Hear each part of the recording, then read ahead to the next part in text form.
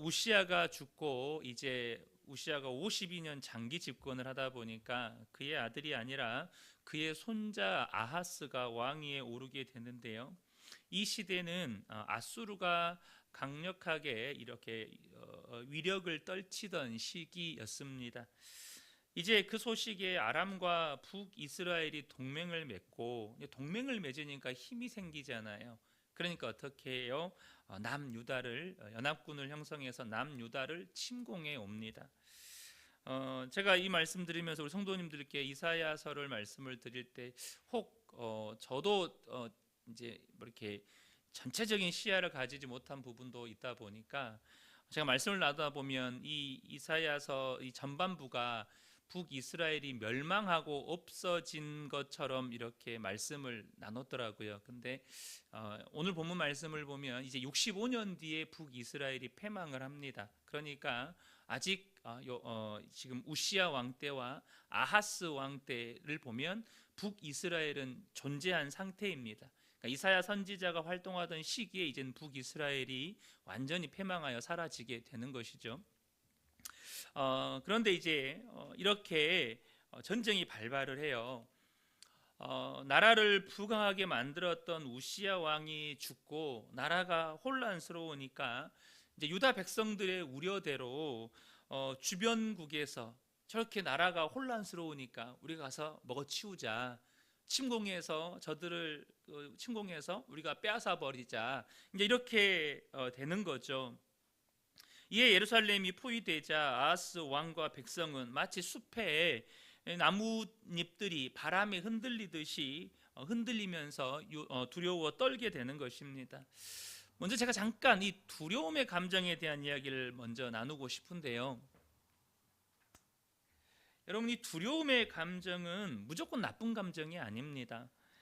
두려움은 우리로 하여금 조심하게 만들고 경계하게 만들어 줍니다. 이 무슨 말이냐면 제가 종종 드렸던 말씀인데, 저는 어렸을 때 부모님이 차 조심해라라는 이 말이 잘 피부에 와닿지 않았습니다. 그때 마침 이제 제가 살던 시골에도 아스팔트가 깔리면서 차들이 이제 쌩쌩 달리던 시기였거든요. 그러니까 부모님이 항상 차 조심해라, 차 조심해라. 학교에서도 우리 전교생 모아놓고 교장 선생님이 단상 위에서 차가 저 멀리 있는 것 같아도 금방 온다, 길거리에서 장난치지 말고 도로 위에 장난치지 말고 차 조심하라. 그렇게 어렸을 때, 초등학생 때 이렇게 교장 선생님도 단상 위에서 교육했던 기억이 납니다. 근데 이게 별로 와닿지가 않은 거예요. 그런데 제 남동생이 교통사고로 죽고, 그리고 같은 해에 제 눈앞에서 그 길거리에서 놀던 5살짜리 아이가 좌우를 살피지 않고 이렇게 길을 건너다가 택시에 치여가지고 이렇게 튕겨나가는 모습을 제 눈앞에서 본 거예요. 얼마나 심장이 벌렁벌렁 뛰는지 그걸 보고, 그리고 나서 그때부터 차 조심해야 된다는 것이 무슨 말인지를 알겠는 거예요. 그러니까 두려움을 갖게 되면 여러분 조심하게 돼요.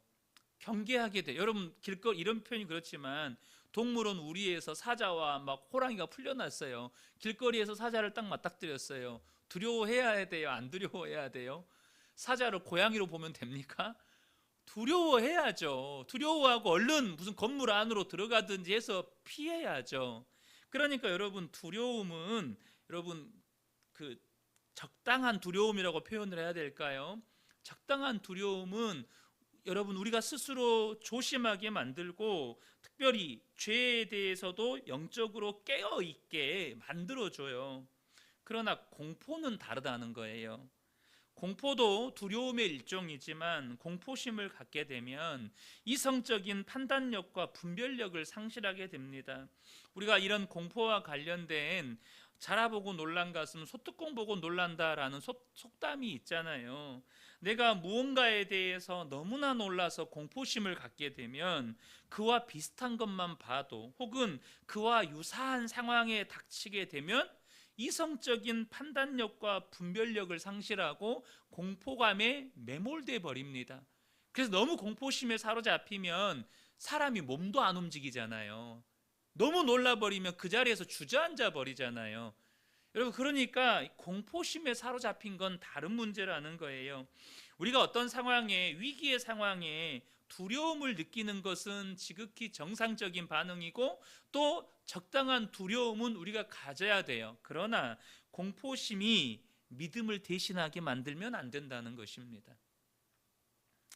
우리가 현실적인 인식은 해야 하지만 거기에 하나님을 빼버리고 하나님의 말씀이 빠지게 되면, 여러분, 그것은 정확한 판단이나 분별이 아니라는 거예요. 거기다가 하나님 빼버리고, 하나님 빼요, 하나님 말씀도 빼버려요. 그리고 오로지 그 공포심을 가지고 이것은 나를 죽일 거야, 이것은 나를 망하게 할 거야, 이것 앞에서는 나는 아무것도 할 수 없어, 그렇게 우리가 판단을 해버리면, 하나님을 배제하고 말씀을 배제하고 판단해버리면 그것은 결코 정확한 판단이 될 수 없다는 것입니다. 오늘 본문에 지금 아람과 북이스라엘 연합군이 예루살렘을 에워쌌어요. 그리고 온갖 거짓말로 이제 위협하기 시작합니다. 그때 아하스 왕에게 필요한 건 뭐죠? 믿음입니다. 믿음이 필요해요. 이사야가 환상 중에 만난 이스라엘의 하나님 여호와에 대한 신앙이 그에게 필요한 거예요. 무엇보다 다윗 왕조, 그의 할아버지잖아요. 그의 조상이잖아요. 다윗 왕조를 향한 하나님의 영원한 언약을 믿어야 돼요. 사무엘하 7장 16절, 다윗과 하나님께서 맺으신 영원한 언약의 핵심 부분입니다. 그게 뭐냐면, 내 집과 내 나라가 내 앞에서 영원히 보존되고 내 왕위가 영원히 견고하리라 하셨다 하라. 여러분, 나단 선지자가 다윗에게 전하는 하나님의 영원한 언약의 말씀이었어요.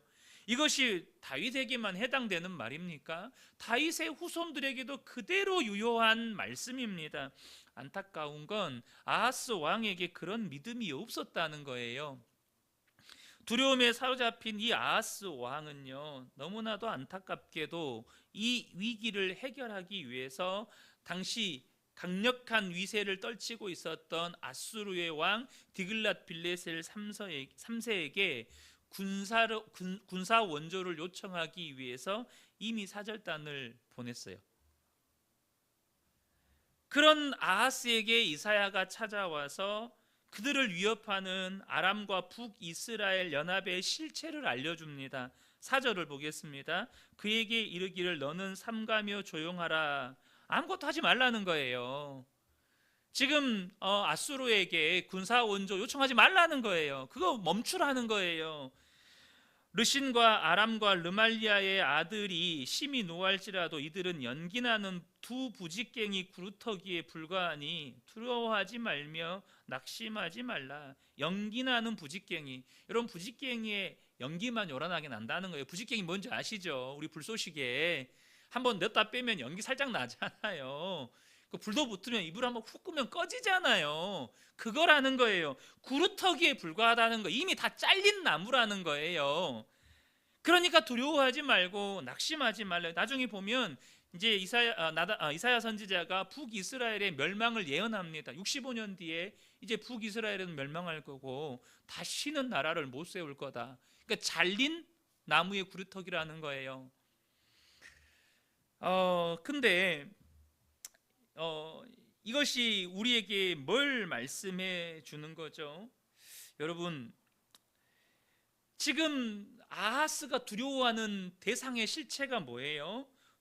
연기나는 부직갱이고 그냥 잘려버린 나무의 구루터기에 불과하다는 거예요. 왜 그들이 두려워해서는 안 되는 것입니까? 여러분, 그들의 우리를 두려워하게 하는 것의 실체를 볼 줄 아는 믿음이 있으시기를 예수님의 이름으로 축복합니다. 우리가 뭔가에 대해서 두려움을 느낄 때 있잖아요. 그것의 실체를 볼 줄 아는 믿음의 눈이 있어야 된다는 거예요. 무엇보다 여러분, 하나님이 강합니까? 북이스라엘과 아람 연합군이 강합니까? 하나님이 강하신 거예요. 그러면 여러분, 유다의 미래는 뭐에 달린 거예요? 주변 나라의 이합 집산이나 혹은 당시의 강력한 제국이라 할 수 있는 아수르나 신흥 강국 바벨론에 의해서 유다의 미래가 결정되는 겁니까? 그게 아닙니다. 유다의 미래는 하나님을 향한 유다의 태도에 따라 결정되는 것입니다. 여러분, 마찬가지로 그리스도인의 미래는 지금 내가 처해 있는 상황이나 환경이나 형편에 따라 결정되는 게 아니라 내가 하나님에 대해서 어떤 태도를 취하느냐에 따라 결정되는 거예요. 내가 하나님에 대해서 어떤 믿음을 가지고 있고 그 하나님의 말씀 앞에 내가 어떤 태도를 취하느냐에 따라서 나의 미래는 결정된다는 것입니다. 여러분, 세상 나라의 서고 넘어짐도 하나님의 주권과 결정에 따라 좌우됩니다. 아무리 견고한 연합이라도, 아무리 강력한 권력을 가진 군주라도 스스로 설 수는 없어요. 하나님이 세우시고 하나님이 무너뜨리시는 거예요. 이사야는 이러한 연합군의 실체를 아하스 왕에게 까발리면서 중요한 한 가지를 아하스에게 요구합니다. 그게 뭐냐면 징조를 구하라고 명령해요. 11절을 보겠습니다. 지금 너는 내 하나님 여호와께 한 징조를 구하되 깊은 데에서든지 높은 데에서든지 구하라 하시니, 지금 뭘 말씀하셨죠? 지금 예루살렘을 침공하려고 하는 아람과 북이스라엘 군대의 실체를 말씀하셨어요. 그 연합군의 실체를 말씀하셨어요. 문제는 뭐죠? 아하스에게 믿음이 없어요. 그러니까 이사야가 뭘 이야기하는 거예요? 징조를 구해라. 이 말씀이 히스기야가 마치 하나님께 징조로 자기의 생명을 연장시켜 줄 것에 대한 징조를 구한 것처럼, 너 징조 구해라. 그럼 해시계가 뒤로 물러나게 해주세요. 이거 구하잖아요. 이 말씀이 너한테 믿음이 뭐니까 믿음이 없다. 이 말씀을 네가 믿을 수 있도록 내가 징조를 보여줄 테니 말만 해라. 내가 징조 보여주겠다. 이렇게 하신 거예요.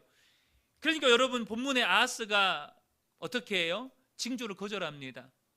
징조 구하라는 말씀을 거절해요. 여러분, 언뜻 보면 아하스의 반응이 겸손처럼 보이는데요, 그건 겸손함이 아니고 불신앙입니다. 하나님이 지금 구하라잖아요. 모세가 하나님께서 호렙산에서 모세를 만나고 너 이스라엘 백성들 건져내라. 하나님, 제가 어떻게 합니까? 제가 어떻게 합니까? 전 못합니다. 너 손 넣어봐라. 어떻게 되죠? 손에 나병이 생겼다가 다시 넣어봐라. 나병이 나왔다가 지팡이 던져봐라. 던지니까 뱀으로 변했다가 다시 집어봐라. 그러니까 다시 또 지팡이로 변했다가. 하나님이 보여주신다잖아요. 하나님이 구하라고 하시잖아요. 근데 왜 아하스 왕이 안 구했을까요? 왜 안 구한 걸까요? 지금 아하스 왕이 뭐 하고 있어요? 아수르의 군사 원조를 요청했다니까요. 아수르의 군사 원조를 요청했어요. 아수르 군대만 와주면 자기는 이 위기에서 벗어날 것 같은 거예요. 무슨 말이죠? 사람은요, 자기 뜻대로 하고 싶으면, 자기 뜻대로 하고 싶은 마음이 결정이 되면요, 하나님의 뜻을 알까 봐 두려워집니다. 하나님의 뜻이 자기가 하고 싶은 것을 못하게 할까 봐 두려워집니다. 그러니까 아하스가 징조를 안 구해요. 하나님이 이렇게 하겠다는데, 하나님 보여주시겠다는데 안 구하는 거예요.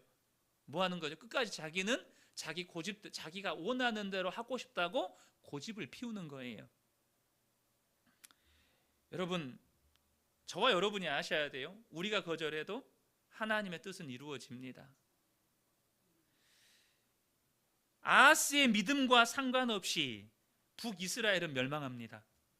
하나님의 심판을 받아서 그 아수르라고 하는 채찍에 의해서 북이스라엘은 멸망합니다. 북이스라엘의 불신앙이 심판하십니다. 여러분, 오늘 본문 말미에 예수 그리스도의 오심을 예언하는 장면이 있어요. 14절에 나옵니다. 그러므로 주께서 친히 징조를 너희에게 주실 것이라. 보라, 처녀가 잉태하여 아들을 낳을 것이요 그의 이름을 임마누엘이라 하리라. 여러분, 아하스 왕 준비됐습니까? 오실 예수님을 맞이할 믿음이 아하스 왕 준비됐나요? 뭘 말하는 거죠? 여러분, 예수님이 오시는 것은 우리가 준비되어서 오시는 게 아니라 주님의 때가 되었기 때문에 오시는 것입니다. 우리 주님 다시 오실 것입니다. 우리 주님 왜 다시 오실까요? 우리가 준비돼서 오시는 게 아닙니다. 주님의 때가 되면 오시는 것입니다. 그러면 어떻게 해야 되죠? 준비하셔야 합니다. 주님 맞을 준비하셔야 합니다. 내 믿음과 상관없이 주님이 때가 되면 오십니다. 그때까지가 우리에게 기회예요. 사랑하는 성도 여러분, 저는 오늘 이 본문의 말씀이 나는 주님 맞을 믿음의 준비가 되어 있는가, 이것을 우리에게 강력하게 질문하는 말씀으로 저에게는 다가옵니다. 사랑하는 성도 여러분, 저와 여러분이 우리가 살아가는 이 시간들이 주님을 맞이할 믿음을 준비할 시간인 것을 기억하셔서 오늘 하루도 하나님께서 지금 말씀하시잖아요. 말씀하시고 너 징조를 구해라. 내가 보여주겠다. 내가 말씀대로 이룰 것인 것을 내가 보여주겠다. 여러분, 우리에게도 동일하게 말씀하십니다. 오늘도 말씀을 붙잡고 살아가는 저와 여러분에게 하나님이 말씀대로 역사하신다는 징조가 보여지게 되시기를 예수님의 이름으로 축복합니다.